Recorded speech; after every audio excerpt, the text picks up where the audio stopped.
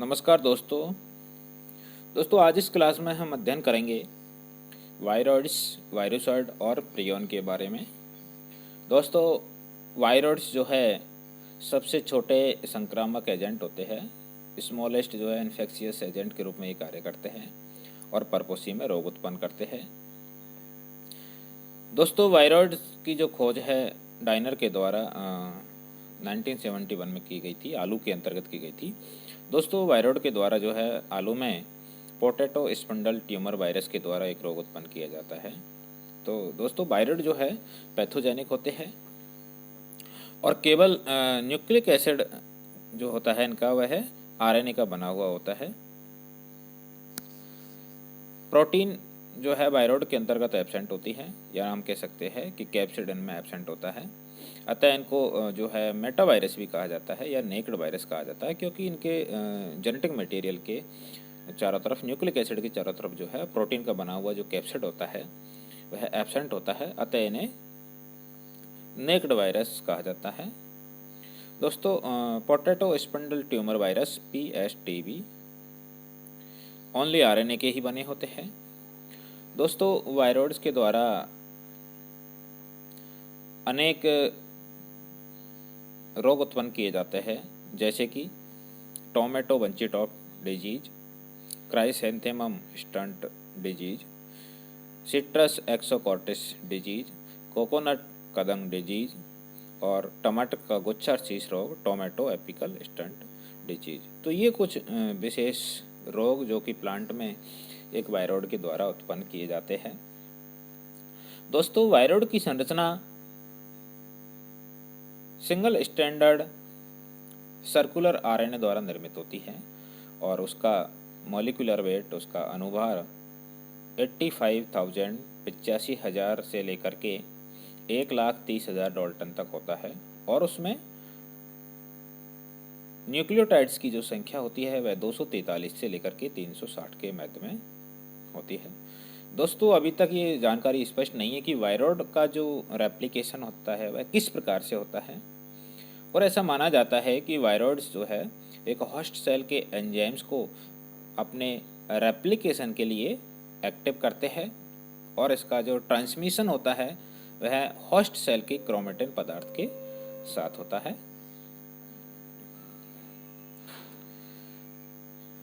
Next आता है दोस्तों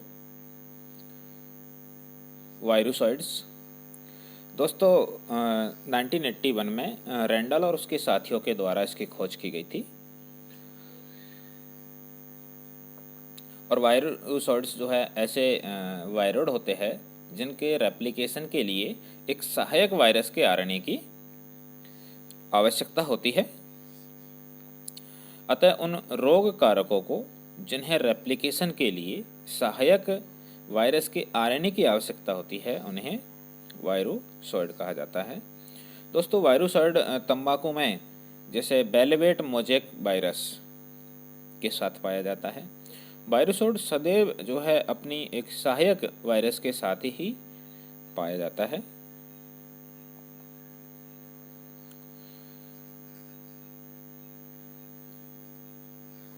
नेक्स्ट आता है दोस्तों प्रियन। दोस्तों ब्रिटिश वैज्ञानिक हैग और क्लास्के के द्वारा जो है एक नवीन किस्म के सब वायरल पैथोजेनिक की का अध्ययन किया गया था और इसे प्रियन कहा जाता है।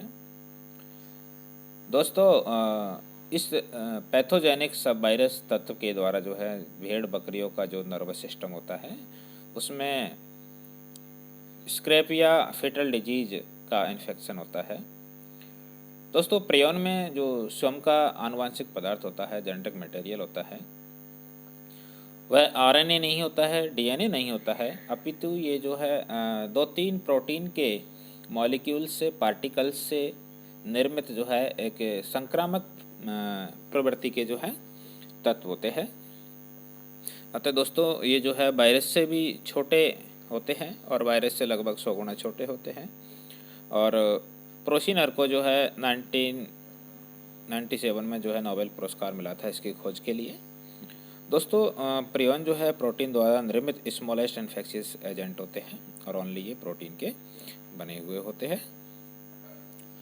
दोस्तों यदि हम बात करें वायरस और प्रियन में क्या डिफरेंस है, तो पहला अंतर आता है कि जो वायरस होते हैं उनमें न्यूक्लिक एसिड और प्रोटीन प्रेजेंट होता है, यानी कि इन दोनों से मिलकर के ये बने हुए होते हैं। लेकिन जो प्रियन होते हैं दोस्तों वो केवल प्रोटीन के बने हुए होते हैं। वायरस जो है अल्ट्रावायलेट रेज के प्रति सेंसिटिव होते हैं, लेकिन जो प्रियन होते हैं उनके ऊपर इनका कोई भी इफेक्ट नहीं होता है।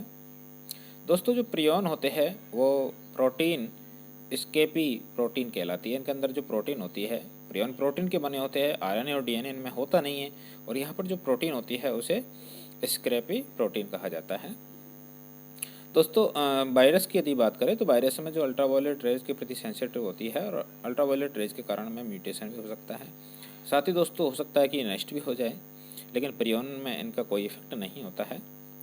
दोस्तों साइज़ की बात करें तो साइज़ जो है वायरस जो है प्रियन की तुलना में 100 टाइम्स जो है लार्जर होते हैं, 100 गुना ज़्यादा बड़े होते हैं, और प्रियन इनसे 100 गुना छोटे होते हैं। तो दोस्तों ये मेन डिफरेंस जो है प्रियन और वायरस के अंतर्गत होता है। नेक्स्ट आता है दोस्तों कि प्रियन के द्वारा कौन कौन से रोग होते हैं। तो दोस्तों प्रियन के द्वारा होने वाले रोगों में प्रमुखतः जो पार्किंसन रोग, दूसरा आता है मल्टीपल स्क्लेरोसिस,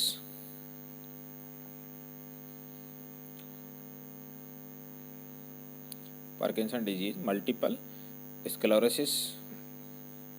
नेक्स्ट आता है ग्रीसेटमान स्ट्रेंसलर सिंड्रोम,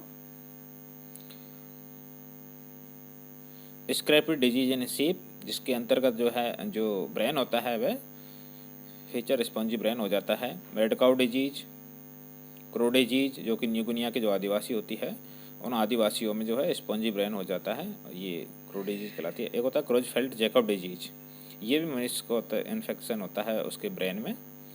दोस्तों इनमें जो ब्रेन होता है मस्तिष्क होता है वह स्पॉन्जी होता है। प्रियन से होने वाले रोग जो है मैमल्स में होते हैं, क्योंकि मैमल्स में एक मैमेलियन सेल होती है दोस्तों, और उसमें एक निष्क्रिय जीन पाई जाती है। जब प्रियन का इन्फेक्शन होता है तो उस संक्रमण से जो है ये सक्रिय हो जाती है और प्रियन प्रोटीन का निर्माण करती है।